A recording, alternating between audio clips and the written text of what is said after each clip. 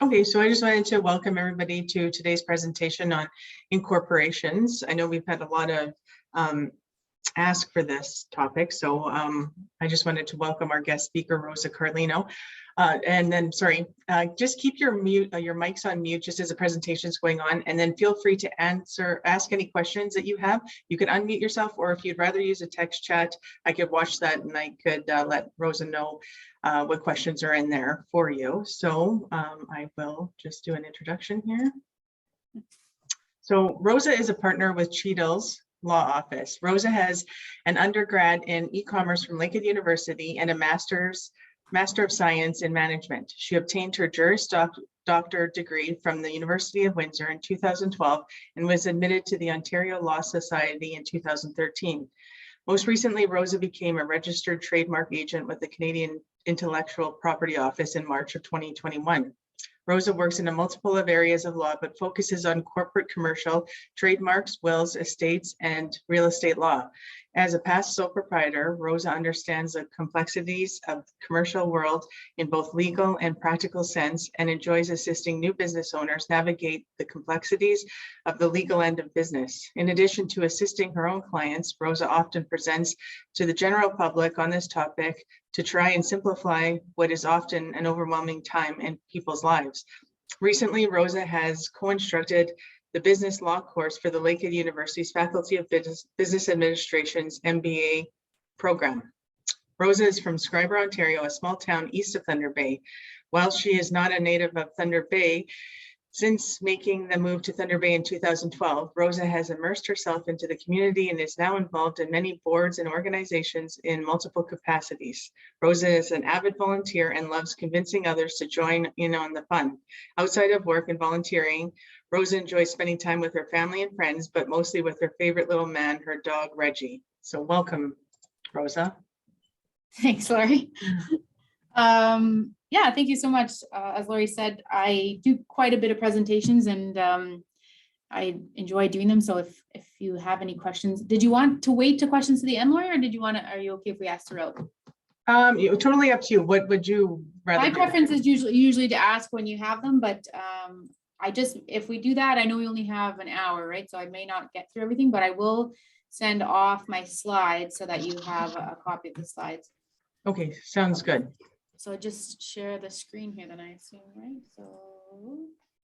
So yeah, ask away if you have any questions. So let's figure out how I'm going to do this. All right. Share screen. This one.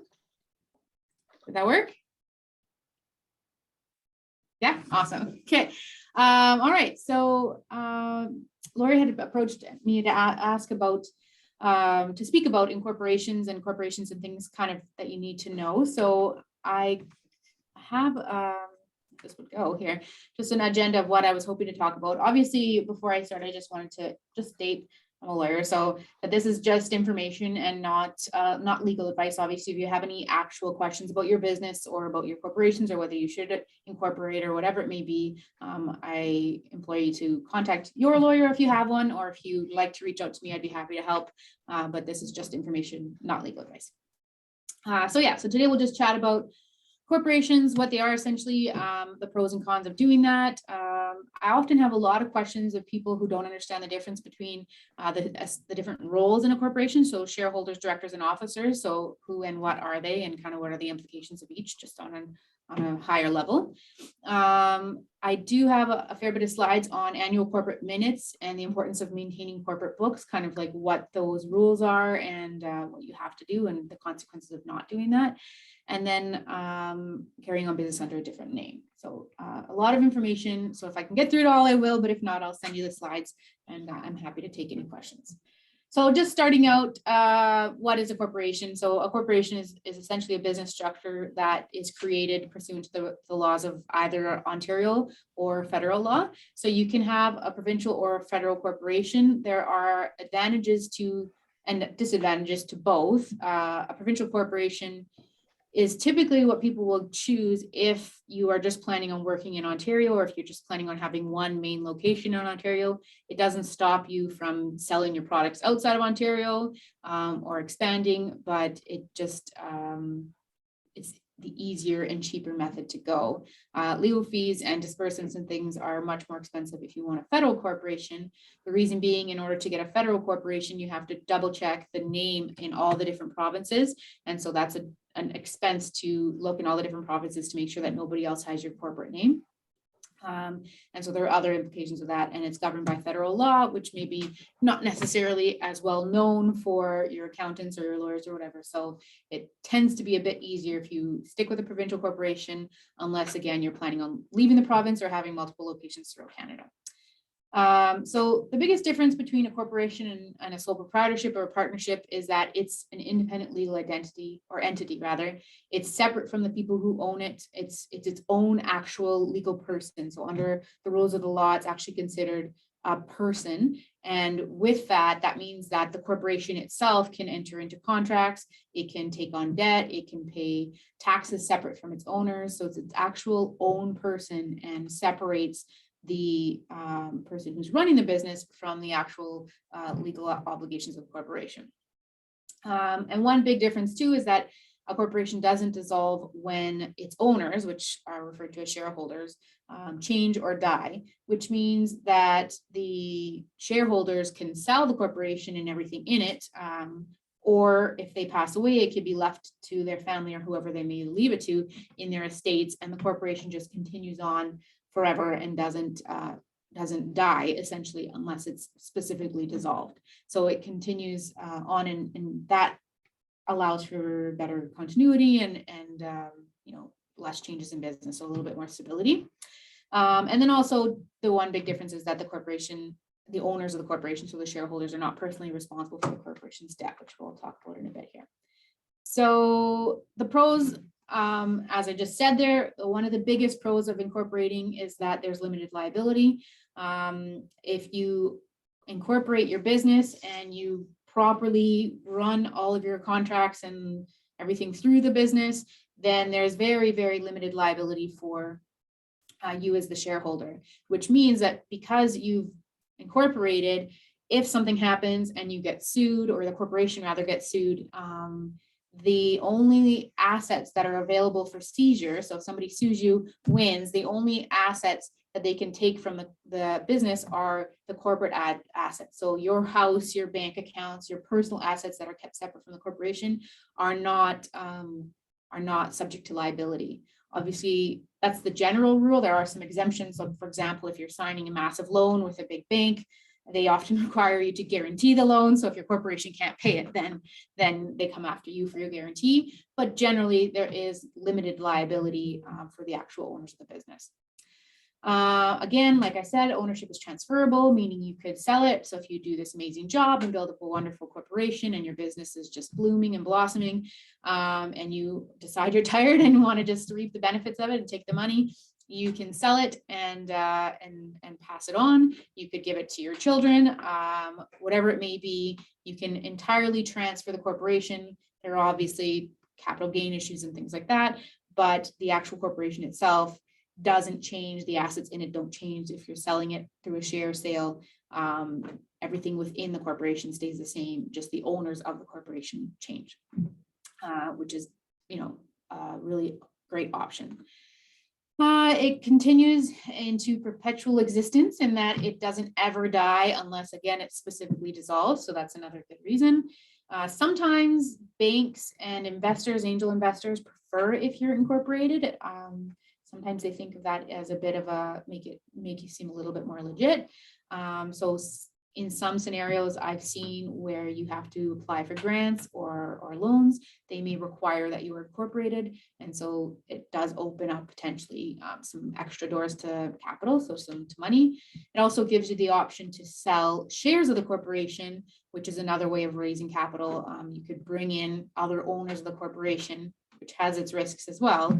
But that is another way to raise money if you need to grow or to buy things. One of the biggest things other than that limited liability point is this possible tax advantages.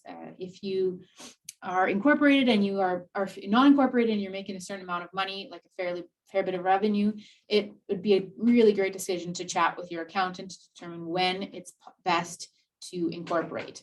Corporations are taxed at a different tax rate. And so if you're making a significant amount of money in your corporation, or sorry, in your business that you're not incorporated and you still have a job otherwise, like if you're working full-time and you have a job and then your side hustle has now turned into a really big hustle, and you're making a lot of money, you could be paying, 45-50% on your taxes. Whereas if you have a corporation, you could remove that revenue of your business, put it into the corporation, pay the corporate tax rate, and keep your personal taxes separate. So there is possible tax advantages, and it's best to chat with an accountant. A lot of people have asked me whether or not, I have a threshold number that you think is best. And I've asked multiple accountants of that, if anybody can give me that number. And they all say it really just depends on, what your expenses are, what your business is, what the potential rebates you get on your taxes. So it really just depends on the actual business itself. And so it would be worthwhile to chat with an accountant when it's the best time to incorporate. And then lastly, decision-making. Again, if it gives you the ability to, as a shareholder, make decisions. If you're the only shareholder of the corporation, then you're the person making all the decisions, and so on and so forth. But it is also a potential issue in that if you have tons of shareholders, you may need a lot of people's consent to make a decision. So it could also be a con. The issues with incorporating are obviously costs is probably the biggest thing, in that it's not super cheap to incorporate. To incorporate a provincial corporation is not, I think it's around all in, including all the disbursements and taxes, around like $2,200-$2,300, depending on where you go. But there's usually ongoing legal fees and ongoing regulatory fees, and you'd also need an accountant. And so those are things that go hand in hand with business, but may be slightly more expensive if it's a corporation. And then there are regulatory requirements. You have to file updates with the government, and you have to keep your corporate records, have meetings, different things like that. So those are ongoing things that were not necessarily required if you just had a sole proprietorship, that would be required if you were incorporated. So we'll talk a bit about those corporate records in a second. If anybody has any questions on any of that, let me know. Okay, so I have a question. Yeah. If you're just like a sole proprietor and want to incorporate later, that's something that you can explore, right? Yeah, for sure. The only thing would be if you have a lot of assets in your personal name, in your sole proprietor name, and you had to transfer them into the corporation, there is some tax issues or potential concerns with that. So you'd want to just chat with an accountant before you decide. Like if you were planning on buying a building or buying major equipment, it might make sense to incorporate first and then buy them through the corporation, so that way you don't have to pay those transfer fees and all the different legal fees and accounting fees to deal with converting all your assets or transferring your assets from your sole proprietorship to your corporation. But it is definitely possible, and it is doable. It's just you just would want to know what the taxes are, basically. There's another question that I have, which is the first call of action when you're planning on getting incorporated is, should I go to an accountant for advice or a lawyer, or both? Both. Yeah, the lawyer would be able to provide you advice on, in terms of incorporating an accountant, probably, I would say, is maybe more important than a lawyer, just because, again, one of the major benefits of incorporating is the tax benefit. And so you could potentially incorporate and be spending more taxes depending on how much your income is right now. So I would say if I had to choose, I would go to an accountant, and then the lawyer if the accountant advises to go forward with it, to confirm that the lawyer is in agreement with the accountant on that decision. But generally that's more of a tax sort of question other than a legal question. Because legally, there's not a ton of considerations unless you have lots of employees and lots of different things that you need to deal with, again, doing that transfer over. Thank you, Rosa. Yeah, no worries. Okay, so shareholders, directors, officers, you hear these kind of interchangeably. People always are a bit confused as to what they are. So if you're the sole person who's running your business and you're a sole proprietor now and you do incorporate, you can be the sole shareholder, sole director, and sole officer of your corporation. So you'd be the shareholder, only director on your board of directors, and you generally be the president, secretary, and treasurer of your corporation. Those are the officers. Each position has different rights and obligations, and we'll just kind of go through them again at a kind of high level. There's a lot more detail on these, but I just figured I'd give you the basics. So the shareholders are the owners of the corporations. When we refer to a shareholder, you actually literally are the holders of the shares. I don't have one here, but you would actually have a share certificate with the corporation name, and it would have your name on it, how many shares you own.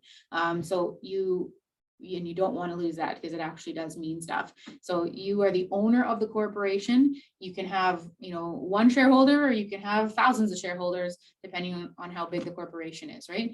The shareholders generally, because they're the owners, they make the overarching really big decisions. So this would include changing bylaws and amending the articles.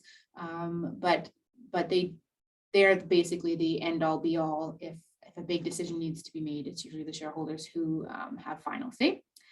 They are entitled to earnings, including dividends. So a dividend is at the end of a period of time, if it's the year, and your accountant advises that you have, a fair bit of money in retained earnings in the corporation, and you want to pay out the shareholders, you would give a certain number per share. So say you had a fair bit of money, you want to give $5 per share, and you, as the owner, had 100 shares in the corporation, then you'd get 5 times 100, you get a $500 dividend. It's taxed, but it's taxed at a different rate. And so it's just another method of taking money out of the corporation. The shareholders also make the money if the shares are sold or anything is sold. The shareholders are the people who actually end up making the money if the corporation is sold. You can have a bit of flexibility. You can have voting rights shares, or shares without voting rights, and that they're just there purely for the money and they don't have any say what's going on. They just invest it because they think it's a good investment. If you were trying to bring in like angel investors, you generally want to provide them with no voting rights so that you still retain the ability to control what's going on in your corporation. But some want those voting rights.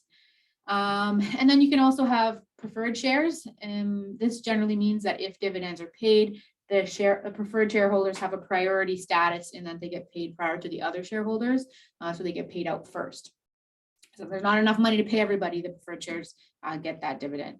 And then lastly, the one big thing about shareholders is that they're protected by what we refer to as the corporate veil. So this means that there is a veil covering the shareholders from the outside world, and that nobody can pierce that veil to get to the shareholders for liability. So usually, again, with some exceptions, the shareholders have very, very little liability. So if the corporation goes down, the corporation goes down, but the shareholders get to maintain their, their own house, their own RSPs, all that sort of stuff. Again, unless they've provided guarantees or anything like that. So that's the shareholders, the main owners of the corporation. Next, you have a director. These are the people who make overarching or just kind of decisions about the day-to-days. So your corporation has to have at least one director, but you can have more. The number of directors is specified in your articles of incorporation, and they are elected by the shareholders in the shareholder meeting. A director has to be at least 18 years old. They have to be not incapable, and they have to be an individual. So another corporation can't be a director, and they have to not be bankrupt. And these make the decisions that aren't required, that the shareholders aren't required to weigh in on. So they kind of make, whether to declare dividends, whether to sell some assets, whether to, take a loan. The directors are the ones who make those decisions. So they have a duty of care to the corporation in that they have to act in the best interests of the shareholders. So they have to at least exercise at least the level of care and diligence that a reasonable person would exercise in similar circumstances, and act honestly at all times in good faith and in the best interest of the corporations, as opposed to their own personal interests. So they can't be putting their own personal interests first. So if a director breaches that duty of care, then they can be personally liable. So that's a big difference between a shareholder and a director, is that if you're a director, there is potential for bigger liability because one, you have this duty of care, and if you breach it, you could be personally liable for those losses. So examples of that, again, these are pretty rare, but examples of that, you know, if I think there's one case where somebody paid themselves before they paid out the employees, and then the employees revolted basically, and they were found to be personally liable because they put their personal interests first before the corporation's interests. So if they breach that duty of care, a director can be personally liable, and that's the similar rules for officers, which I'll talk about now. And then officers are the last role. They are kind of the day-to-day front of the face of the operation sort of thing. These are generally referred to as like the president, secretary, treasurer, CAO, whatever it may be. The names don't really mean too much because whatever name you choose, it all has a defined job description in the articles. So as whatever the description is, it applies. So if you prefer the phrase like chief executive officer instead of president, it can be the same thing. You have to just be consistent with the verbiage.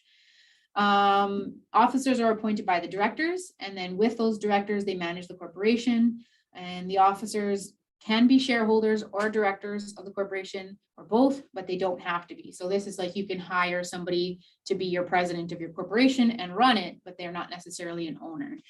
So an officer does not have to be a shareholder or director. So again, officers kind of do the day-to-day operation of the business, run it. Directors are required to make decisions where the officers don't have the authority to make those decisions. And then the shareholders are kind of come in at the last second if there's anything major that needs shareholder approval. Any questions on any of those roles? Yeah, I do have a couple of questions based on kind of one question, but a variety of scenarios. So we've got situations where husband and wife are sole proprietors of a business and they want to move it into an incorporation. Is there some suggested way for them to create that incorporation? So do they each become a director? Do they each become a shareholder? Is one over the other? How do we do that in light of the fact that there's potential for divorce down the road? And what happens in a case of an incorporation where husband and wife are, depending upon how it's been laid out in the incorporation? Secondly, what happens? So does it have to dissolve if there is a divorce and both people are prime in that incorporation? And secondly, what happens if one of them dies intestate to an incorporation if they're listed as a director? Okay, so that's a lot to unpack. Yeah, it is, but I've got scenarios here, so with a variety of clients that are in those unfortunate situations, so just curious. Yeah, so unfortunately, I mean, that's kind of a very specific question. So again, I don't really want to provide you advice that you could take to give to somebody else. But it's more for new people, like what lessons can be learned from these things when new people are setting up an incorporation from a sole proprietorship and they go, well, I'll just put my husband or my kids as directors in my company. What are the pitfalls of doing that?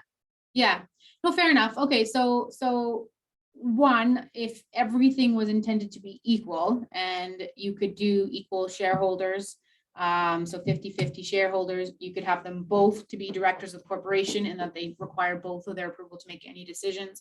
And then again, one of them may be the president and one of them may be the secretary treasurer, but the roles could be defined as having the same exact ability, same exact signing authority, so it doesn't really mean anything. So if the intention is that everything's going to be absolutely equal, that's definitely possible. Sometimes people prefer the phrase for president because it sounds like the boss, but in reality, it doesn't necessarily have to be the person who's the boss.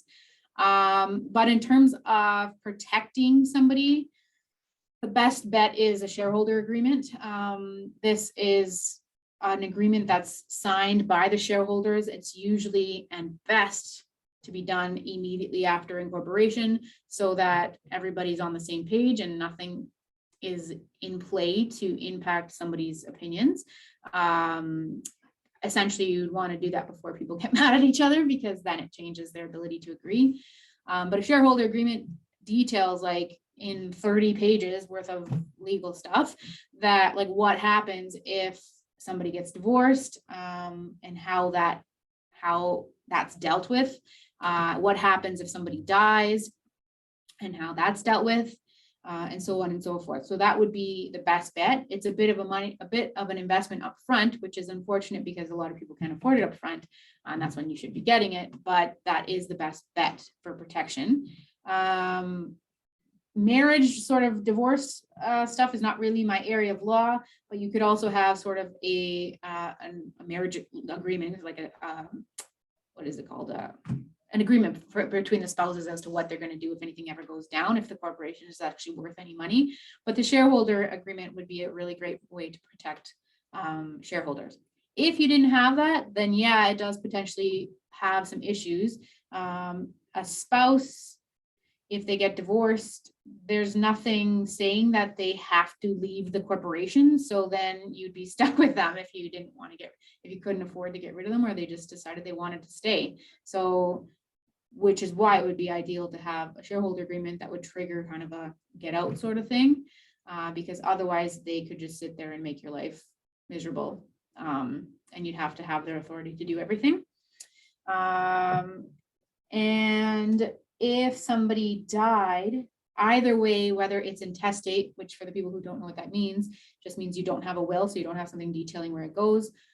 So either if it's intestate or if they do have a will, their shares become an asset in their estate, and so it's dealt with in the estate. And essentially either the remaining surviving shareholder would have to deal with those beneficiaries as now new shareholders of their corporation, because that's what they've inherited, or they'd have to pay them out and buy the shares back from them, so that they pay them and then they get the 100% of the shares themselves. Depends on how much you can afford. A lot of places have mandatory insurance policies for the corporations that say, and again, this would be part of the shareholder agreement, that if somebody dies, the corporation has purchased a life insurance policy for that shareholder. It pays the corporation a flat rate amount of money, say $100,000, and then the corporation can use that $100,000 to pay the beneficiaries for the shares back. So it allows the corporation the ability to get rid of those shareholders, but not cost it any money other than obviously the monthly expenses of having an insurance policy. So that's one strategy that's common as well. Okay, so if you've got someone who has an incorporation and they die intestate, does it become the executor's role to manage that corporation through probate? Depends on their position in the corporation. So if they were the sole person. Yes, then yes. Okay. But they wouldn't be an executor until they're appointed by the court in an intestate situation. Right. Yes. They would have to apply to the court. So essentially the corporation would not be able to do anything. So it pretty much locks the corporation down from doing anything until something is resolved from an executor perspective. Yeah, if they're the sole, if that was the sole shareholder. Yeah. Okay, thank you. All right. Okay, so I'm gonna kind of run. What time is it here? So yeah, I just figured I'd kind of go through. I normally have a couple slides before this to detail like what the process of incorporation is, but essentially we'll just start at this slide. So once you're incorporated, to get to that point, if you have questions how to get to that point, I can tell you. And you've signed the minute book, so that includes bylaws and resolutions of the directors and so on and so forth. The next steps are essentially these. So you'd want to register a business number. Federal business number, rather. This allows you to file federal corporate income taxes. You could get an import-export account if that's something you need. If you have to collect HST, then you'd need a federal business number to do this. And this is where the number you'd use to obtain to pay your payroll source deductions if you have employees.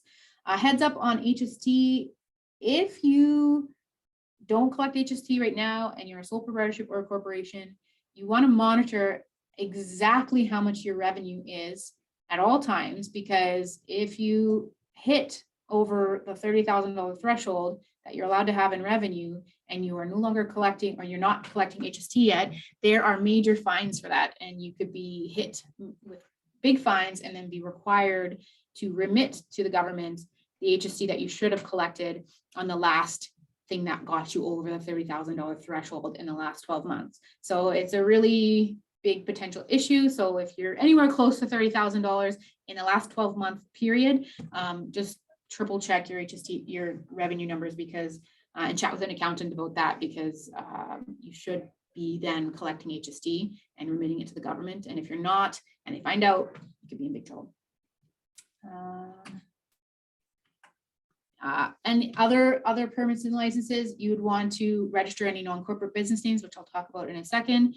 You would want to register for employer health tax and workers' compensation if it's applicable. Not all jobs have to pay for workers' compensation. For example, a law office is an exempt place. We don't have to pay for workers' comp, but if you operate like construction company or something like that, obviously, if you're curious whether or not your position or your job is applicable for compensation, workers' compensation, Google WSIB, they have a really nice website that can tell you whether or not you should be paying for workers' comp. Apply for and obtain any provincial or municipal licenses in the city of Thunder Bay. I can't remember. I think in the city of Thunder Bay, you do need a license. I might be wrong. I think Lori would know that more than I do. But that may be a scenario. And then again, if you have a provincial sales tax account, you may need to do that as well. After you've applied for all those various licenses and permits, you would set up a bank account. You could do this at the same time, obviously. And to do that, you generally have to provide a copy of your articles of incorporation to the bank. And then usually the bylaw that indicates who has the signing authority on behalf of the corporation. Generally, that's the directors, but could also be your president, secretary, if that's what you choose. It just depends on what you've asked your lawyer to draft it to be like. And then they'll open the corporation's business account. And then again, like I chatted about, you'd want to create a shareholder agreement. It's not required by law, but it obviously recommended. And again, these are just some of the points that are generally included in shareholder agreements. So it details in, again, tons of detail, how disagreements are resolved, when you can force somebody to sell their shares to you. So again, in that scenario where you're not getting along, you can force somebody else out, whatever it may be. How the company will be managed and by whom. So who has the authority to do what, and like what your obligations and requirements are, your responsibilities. What the board structure will be, how many board members will be available, distribution of shares, again, who gets what and when, how dividends are handled, what the shareholders' rights are, what the corporation is valued at in certain scenarios. So again, if somebody dies, are you set at like a set valuation for the corporation, saying no matter what it actually is worth, this is how much you're getting out of the estate or to the estate, or it either details that or it details the method in which the corporation will be valued. So, you're going to hire this specific accountant to advise on the valuation of it. And mandatory buyout provisions, again, similarly, if there's issues with, people not getting along, you could trigger it saying like, I don't like you. I don't want to be part of this business anymore. I want you to buy me out. And these sort of provisions detail that. And key man insurance is the idea, like I chatted about earlier, that if somebody dies, oftentimes people will buy insurance on behalf of the corporation to cover that person's death, so that one, if there is estates to pay out, they have them to pay out, but also to provide a bit of money to the company so that it can continue in operation until the main person who is running it, until they can figure out a replacement for them or get back on their feet. So it gives them a bit of time. And then what happens on the death, disability, or divorce of a shareholder, that's obviously important. Disability, for example, if somebody is incapable, like they've been in an accident and they no longer can contribute in the way that they were contributing before, that could also trigger the requirement for them to sell their shares. It could also trigger them going on disability and the corporation to continue paying them a certain amount of money for however many years until they can get back up on their feet. And if they can't get back up on their feet, then they would then be bought out. So lots of detail, and it can be drafted in whatever way you want it to be, whatever the parties all agree to. But it is strongly recommended to get a shareholder agreement because that's the best way to protect everybody. All right, I'll go quickly through these because it's just a lot of information, but this is just kind of what your annual corporate minutes. So the Ontario Business Corporation Act details when you should have meetings and what sort of ongoing requirements there are for reporting. So you have to, when you first incorporate, hold an AGM no later than 18 months after the corporation comes into existence, and then not after that, not later than 50 months after holding the last preceding annual meeting. So then you have to continuously do it annually. Shareholders are required to receive adequate notice, which is not less than 10 days and not more than 50. So you can't be like, in 7 months, we're going to have this meeting, you better be there. It has to be, within a reasonable time period. And the notice has to detail very specific things: the date, time, place of the meeting, why it's being held, notice of any special business that would not normally be conducted, what that special business is, and then any proposed resolutions that you're requiring people to approve, so that they know if they miss the meeting, what they've missed, and if they are going into it, what to research so that they're prepared for it. And then if a shareholder can't attend, they can appoint a proxy vote. So they can say, well, I'm not going to be there, but John's going to be there, so he has my vote and he can vote for me when he knows what I want to do. So that's just kind of the basics of that. This business transacted at the meeting is restricted to considering the minutes of an earlier meeting, make sure everything's good, reviewing the financial statements and auditor's report if there is one, election of directors. They have to be elected, I think at a minimum every 3 years, but generally every year. And the appointment of an auditor. Auditors can be really expensive. The Ontario Business Corporation Act requires that you have an auditor in a corporation. But an audit essentially provides you with a really detailed account of the financials. And if you're the sole shareholder of your business, or it's you and your spouse or whatever it may be, you may not want or need an auditor to give you this crazy amount of detail about your business. And so you could waive the requirement for an audit as long as everybody agrees to that waiver. So you've saved, the $3,000 or $4,000 that it costs to do that to allow somebody just to just have regular financials instead of an actual audit. But it has to have all the shareholders agree for that. The annual general meeting minutes are kept in a corporate minute book. Generally, your lawyer keeps the corporate minute book so you don't ever lose it. And then obviously we're generally the people who keep it updated. So it's usually easiest to keep it at your lawyer's office, but some people want them at home. And if it's determined that a shareholder meeting is not required, the shareholders also could just sign a resolution saying, nothing's changed. This is everything we reviewed, and they're not having a shareholder. So again, as long as everybody agrees to that, then you don't physically need to have a meeting. You just need the resolution saying that nothing's changed and everything's good. So what happens if you don't follow these rules? You could be potentially guilty of an offense. And if you are found to be guilty of that, you could have a fine for $2,000 or technically imprisonment of a term for not more than 1 year, or both. And if it's a corporation, because a corporation can also be a shareholder, then to a fine of not more than $25,000. So potentially major fines here. However, obviously you want to follow these rules, but there, to my knowledge anyway, there isn't a corporate police out there or any watchdogs following you. Generally, it's just better to keep those books updated because you do need them, other than just the rules under the legislation to do this. And obviously you want to follow the law. It's best to have these books updated because one, it makes sure that do I have this written somewhere? Yeah, kind of here. One, if you didn't provide, proper notice to the shareholders and you didn't hold the shareholder meeting or you didn't get that resolution, then the failure to do that can render all the business at that meeting null and void. So in theory, if you've made a decision and relied on that decision, then another shareholder could come and say, like, I didn't agree to that, too bad. So that causes potential issues and conflicts. And then also, if you ever want to sell your business, or if you ever get audited from your bank or something like that, they want to make sure everything's up to date, and you have to backdate all your corporate minute books, it could cost a ton of money and a ton of work, and you may miss things. So it's obviously best to just keep them up to date over time. And if you don't have any corporate minutes or resolutions detailing the things that you've done, there isn't any proof of those decisions. So one big thing is that if dividends are declared and there's no record of it, then they're deemed to not have happened. And in some scenarios, you do need a resolution for a dividend to be declared.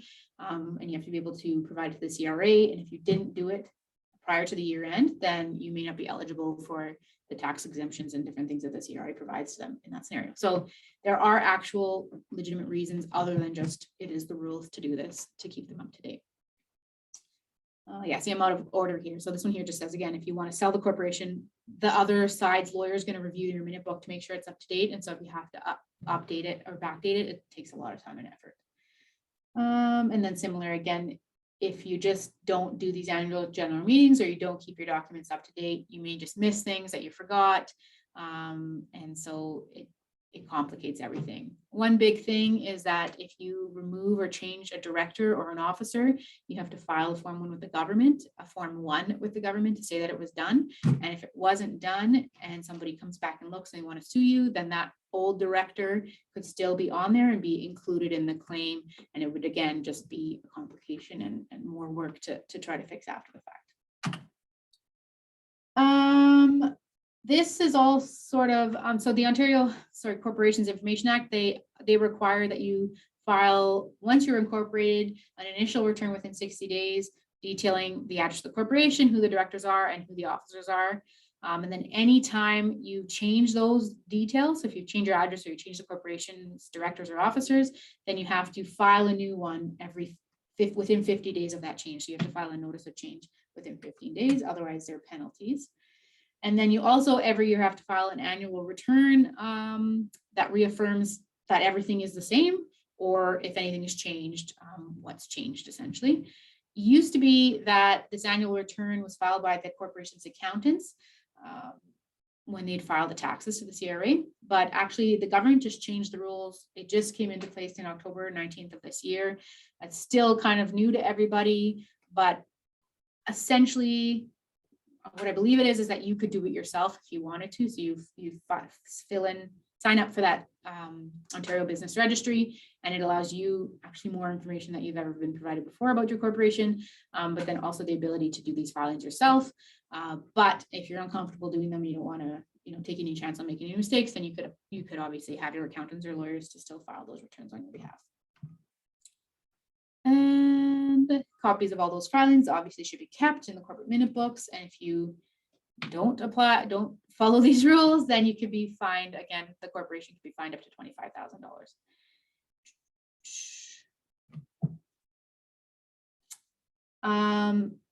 I don't know if I just assume that everybody knows what this is, but a corporate minute book is just the binder, essentially. I don't know if I have one here. It's a binder that just maintains all the corporate records, and it details where it has the shares in it, and it details kind of like what's changed over the years, and it maintains all these resolutions so that if you're ever looking for any proof of anything from the corporation, typically those documents should be in the corporate minute book. So if you need to update the minute books and you want to change the shareholders, you have to have a resolution from the directors. You have to be able to return the old share certificates and give new share certificates to new people. And then again, you have to have changes to the shareholder agreement if that ever happens. So, somebody emailing saying like, here I sell you my shares, or here's my shares for $1, I don't want them anymore. That's not sufficient. It has to be an official document. It has to be a resolution by the directors, and you have to actually have that old share certificate back from them and signed on the back saying that they cancel it basically. Okay, any questions on any of that? I know there was a lot of information. Okay. There's no questions in the chat. So. Okay, thanks, Lori. And then just this last, I think I have a few more slides just about on corporate names. So in Ontario, corporations are governed, the names of corporations are governed by the Business Names Act. You can't have a corporation that has the same name as somebody other else out there with a corporation. And you can operate your business, if you're a corporation, under a different name unless it's registered by that corporation with the government. So for example, I think I have that on the next page. Well, apparently I don't. You know, like Nike, for example, I think their corporate business name is like Nike International Limited or something like that, but you only ever really see Nike. So they've registered a business name, Nike. So the corporation is operating as Nike when it's really just, you know, the corporate name. So you don't always see the limited or whatever, like Walmart, for example. Walmart is their business name, and they probably, I don't know what it is, have a corporate name, because it's definitely a corporation that they own. So it's not, you don't have to always use the corporate business name, but if you're not using the corporate business name, if you're not using the corporation's name, then you have to use a registered business name that has indicated to the government and to all business owners out there that Walmart is actually operating as Walmart, but is a corporation under it all. So the government wants the public to know whether or not they're dealing with another corporation or whether they're dealing with a sole proprietorship. So if you have a corporation, you have to register a business name unless you plan on using your full corporate, you know, all the way to the Inc. Limited thing all the time.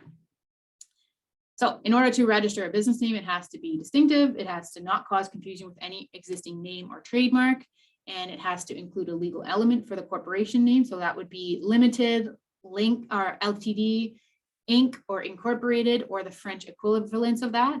It has to have one of those. Those are what we refer to as a legal element. And it can't include unacceptable terms. So they won't allow you to, you know, incorporate a business that has like swears in it or anything that's racist or anything like that. That would be deemed unacceptable, and they'd reject it. So again, these are kind of just a little breakdown of all that. So, you know, Car Wash Incorporated isn't very distinctive. It just describes all car washes. So you'd have to, you know, maybe Carlino Car Wash Incorporated or, you know, whatever, maybe whatever your, or East End Car Wash, I already have an example here, is more acceptable, right? Confusion, we do what we refer to as a nuance name search. This tells you, the searcher, what other businesses out there are incorporated, or anybody who has registered a business name. It comes up under this nuance search, and then it also provides any trademarks out there that could potentially be confusing with them. And so it would be a review of those documents to determine whether or not there is any confusion. And then again, LTD Incorporated needs to be there, and it can't be anything unacceptable. So again, you have to register your business name. If you're using a name other than your corporate name, you register that trade name. The registration is valid for 5 years. I believe it's still $60. It may be more now, but I'm pretty sure it's still 60, and then 60 to renew it, sorry. By doing this, you receive a master business license. And so this provides proof to the outside world that you've registered this business name. And then you also provide that MBL to financial institutions if you want to open a business account or anything like that. I think, yeah, so no, here's the only thing. So again, if you are operating a business through a corporation, again, if you want to use, if you have like business cards or letters or anything like that, you can use your trade name, but if it's an actual invoice or a contract or anything like that, you'd want it to be the actual corporate name so that nobody ever confuses it. But on your website, all that sort of stuff, you could still indicate just the actual trade name. And I always just provide this as an example. This is the proper way to sign any documents on behalf of your corporation if you're signing a contract or anything like that. So this is my fake corporation here. I don't believe it exists. So Carlino and Italian Baking Limited is my fake corporation. So this is the person signing the contract. It's the corporation, and it's being signed by, which is per is Latin for by, me as the president of the corporation. So you provide the name of the person signing, the title as of their role in the corporation. So me as the president of the officer of the corporation, and then the phrase, I have the authority to bind the corporation. If your bylaws require 2 people to sign, you'd have both, and then you'd say, we have the authority to bind the corporation, whatever it may be, but this is what it should look like. Never, never, never sign anything, just your name. It shouldn't just say like Rosa Carlino, done. It has to indicate that you're signing this through the corporation.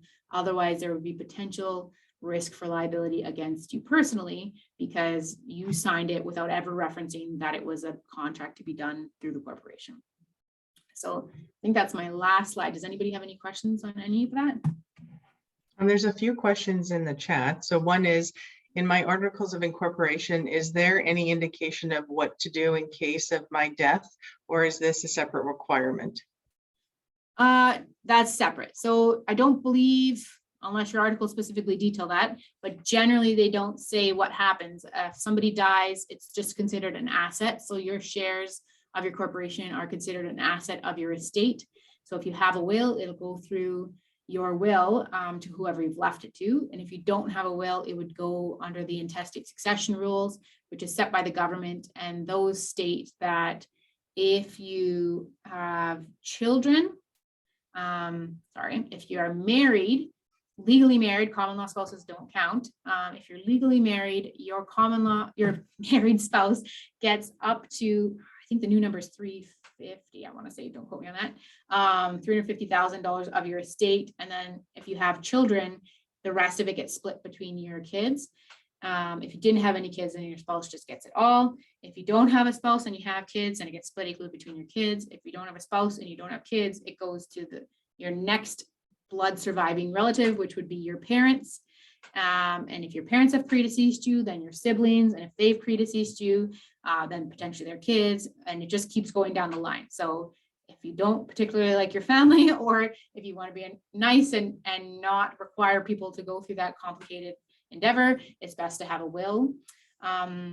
And if you have a corporation that's worth a significant amount of money, you should also consider getting a secondary will, which separates the corporate assets from the primary assets, just essentially as a tax saving endeavor, but something you should chat about with your lawyer if you have a corporation that's worth a fair bit of money, because it could save the state administration taxes. But it should not be, to my knowledge, in your articles of incorporation. It's just it becomes an asset of your state and it goes from there. Hope that answers your question, Penny. Okay, so next question is, if I am a sole proprietor, can someone take my business name and incorporate it? Technically, if it's registered, they shouldn't. So if it's in Ontario, if you've registered it and you've received your business license, they should not do that in Ontario anyway. It's recommended to not do that in other provinces, but other people could potentially do it in other provinces. But that, yeah, so not technically, and if they do, you could fight it, but yeah, unfortunately, I don't think it would stop it, but they shouldn't be doing that. Okay, the best way to protect your business name or your business product is to trademark them, because then that's absolute evidence that you're the owner of it. But that's an entirely different presentation. But I'm happy to answer any questions about that if anybody has any. Okay, sounds good. I met with my accountant who recommended I start off as a sole proprietor. I understand that a business name is protected under corporation. However, as a sole proprietor, my name is not protected. Could trademarking my business name be beneficial? Okay, so yeah, obviously. There you go.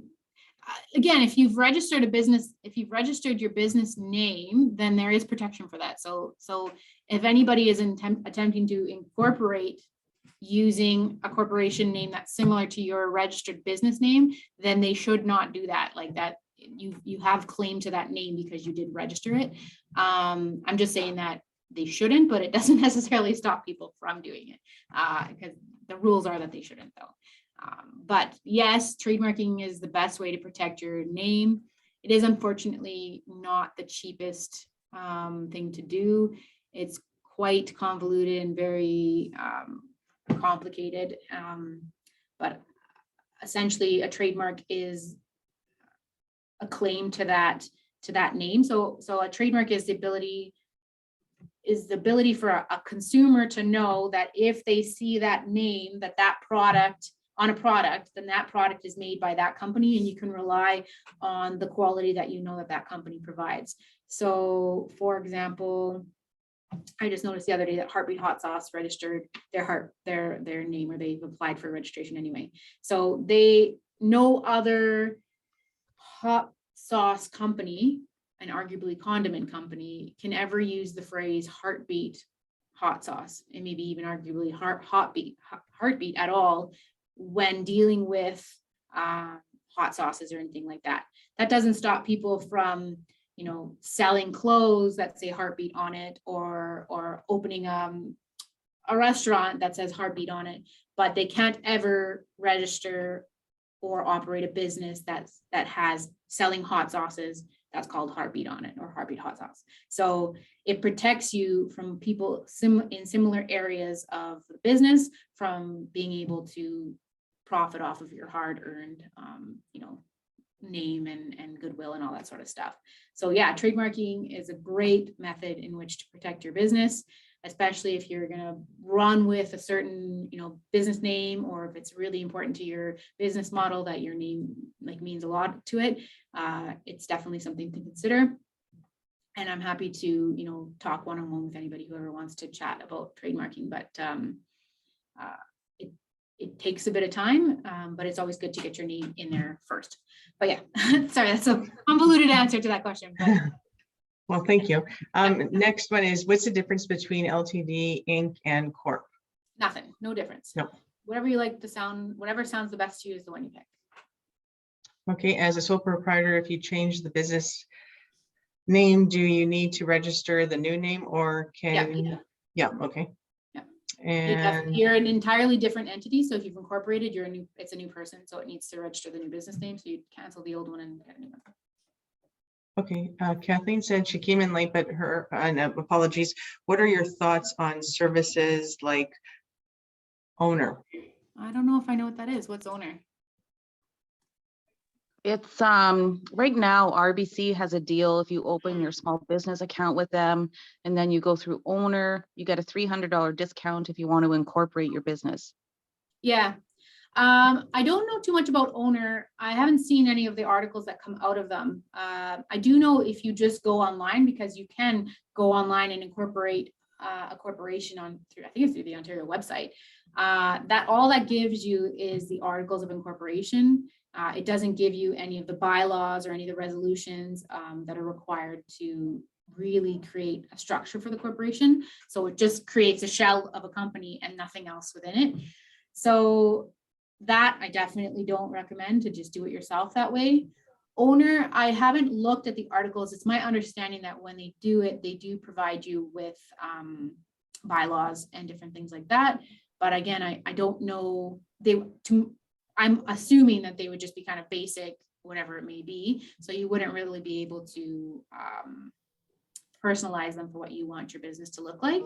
But it may be beneficial from some scenarios, but honestly, I haven't ever seen them to be able to comment on them, what comes out of there. But it may be good, but generally it's best to be able to, like, if you go through a lawyer, they'll be able to personalize the articles and the bylaws and direct and things like that to reflect your exact scenario. So it may be appealing to get it done, but I feel like you'd just be getting the basics and maybe not the best scenario for you. But again, I don't know. Personally, I've never seen them. Okay, sorry. I just wanted to clarify my question. I wasn't talking about changing a name as being incorporated. I mean, if I stay as a sole proprietor and change the business name, do I have to then register? Yes. Or can I not just do business as the new name, but under the old business name that's registered? Why would you do that? I don't know, because you said it's required for if you're incorporated, but if you're not incorporated. No, but like the whole point of the business name is so that nobody else, so that one, people know that that's you, and then two, so that nobody could, take that business name for themselves. So if you've spent effort to, make the new business name, like have goodwill and be well known and different things like that, and there's no legal anything saying that you have claim to it. So that would be a cheap method in which to lay claim on that name, basically. Okay, thank you. Yeah. Penny was asking, she had some trademark questions and a legal assistant. Can you put your contact information in there that she could give you a call, or anybody could give you a call? And Right you here. said that, oh, great. And you said you'll share the slide deck, right? Yep, I'll flip them to you, Lori, and then you can forward them on. Yeah, for sure. Yeah, no problem. Yep. And that was all the questions in the chat. We are at noon, but if anybody has a quick question maybe that they wanted to ask. And if not, Rosa has put her contact information in the. Yeah, I mean, obviously I'm happy to, if anybody wants to flip me an email or give me a call, I'm happy to set up something with anybody who wants to discuss any of these topics. As Lori said, I do this area of law all the time.